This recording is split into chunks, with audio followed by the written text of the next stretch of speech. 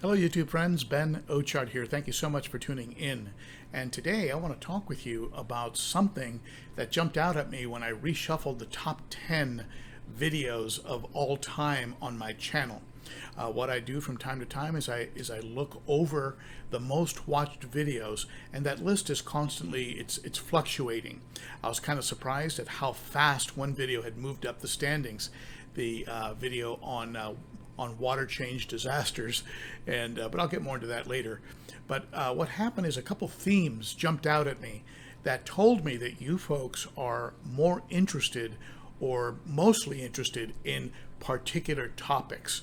And so what I'm going to do is I'm going to put together a few videos, starting with this one, that focus on the topics that you seem to be the most interested in. So let's go ahead and get right underway.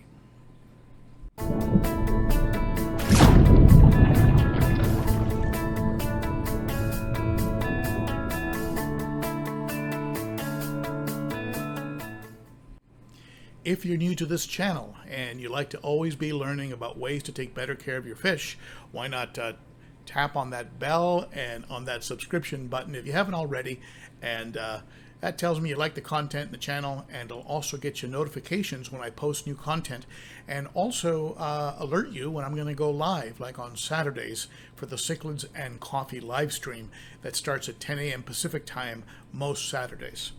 And also a quick plug here.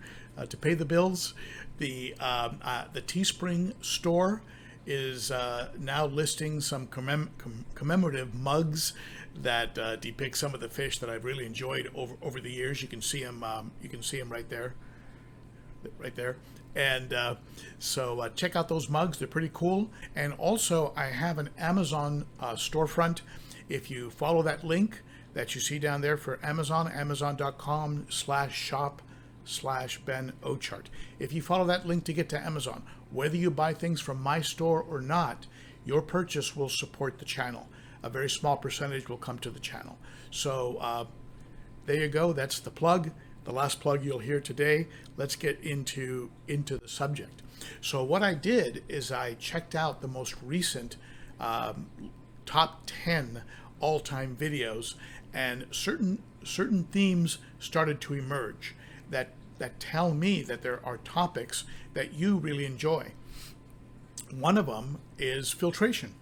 It seems like you really enjoy hearing about better ways to run the filtration in your tanks. And so I figured, okay, let's go ahead and put out a series of videos that talk about the subjects that you've expressed the greatest interest in. Today, episode 1 will be about the filtration of freshwater tanks. And I came up with 5 tips. And interestingly enough, the tips that might have been important to me years ago are not that important, or are still important, but not as important as they used to be. And I guess this is to be expected. As you evolve and move along as a fish keeper, you're going to change, and your priorities are going to change. And that's what happened with me. And what I did is I put together a list, as I often do. And so here's a list of the 5 tips that at this stage in my fish keeping career, I think are important when related to the filtration of freshwater tanks. And the first one is backup and redundancy. And by that, what I mean is, ideally, if you can, if your budget allows it and things of that nature, run 2 filters and have each filter rated at, able to handle your entire tank. So for example, in the tank behind me, I would have 2 filters on this tank that are each rated to effectively handle a 150-gallon tank. That way, while I'm servicing one, the other one runs fine, doesn't have its beneficial bacteria disturbed. If one of them fails, the other one can handle the load while I replace it or get the necessary part. So redundancy. If you can't run or don't want to run 2 filters on one tank, then have a backup. Have something in a closet like I do. I have a Sun 704B In the event that the pump fails on the sump, I can call call into action that Sun 704B. I can remove a little media and some sponge material and media from the sump, put it in the Sun, fire it up, and it can handle this tank. Of course, I have a backup pump also for the sump. So backup and redundancy. It's one of those things that you don't think of, and certainly when you're just getting started and you just bought that new filter, it's not something you're going to think of. But over time, it doesn't matter how good the filter is initially or how expensive or inexpensive, things fail. Mechanical things can fail. So redundancy and backup, number one. Number two, preventative maintenance. And by that what I mean is, and again, this is something I've learned over time the hard way, take necessary steps. For example, putting your canister filters in a plastic tub, using water sensors that will issue an alarm or send you a text, lubricating the O-rings with a food grade silicone lubricant or something that you find that works, that is harmless to fish. Preventative steps, having spare parts. In the case of my Fluval FX6, I have spare valves, spare purge valves, spare output-input valves. Have O-rings. You can order those very inexpensively on the internet. Anything I mentioned in this video, you can usually find at my Amazon store. I'll put links below. Have these spare parts. Again, like a parachute, you don't need it, but when you do need it, you really, really need it, okay? So old joke, but still true. Number three, dial in your maintenance with usual inspections. Once a month, inspect your filters. If they look good, if they seem to be, the water seems fairly clear, the filters don't seem clogged, if the flow rate coming out of the output is strong, don't mess with your filters. The less you mess with them, the less wear and tear, the less chance of messing up, starting a recycle on your tank and getting an ammonia spike, less stress on the fish because you're messing less. So if it looks good, leave it alone. When it does look like it needs cleaning, make a notation. I keep notes on my phone. I keep a log in the notes section of my phone. You can buy apps for aquarium maintenance. You can use a piece of paper. Make a notation when you service your filters, when they needed service. That becomes your interval. One filter might need it every month, one every 3 months, one every 6 months. Depends. Keep in mind that interval of time will change as you add or remove fish, or as the fish become bigger and eat more and produce more waste.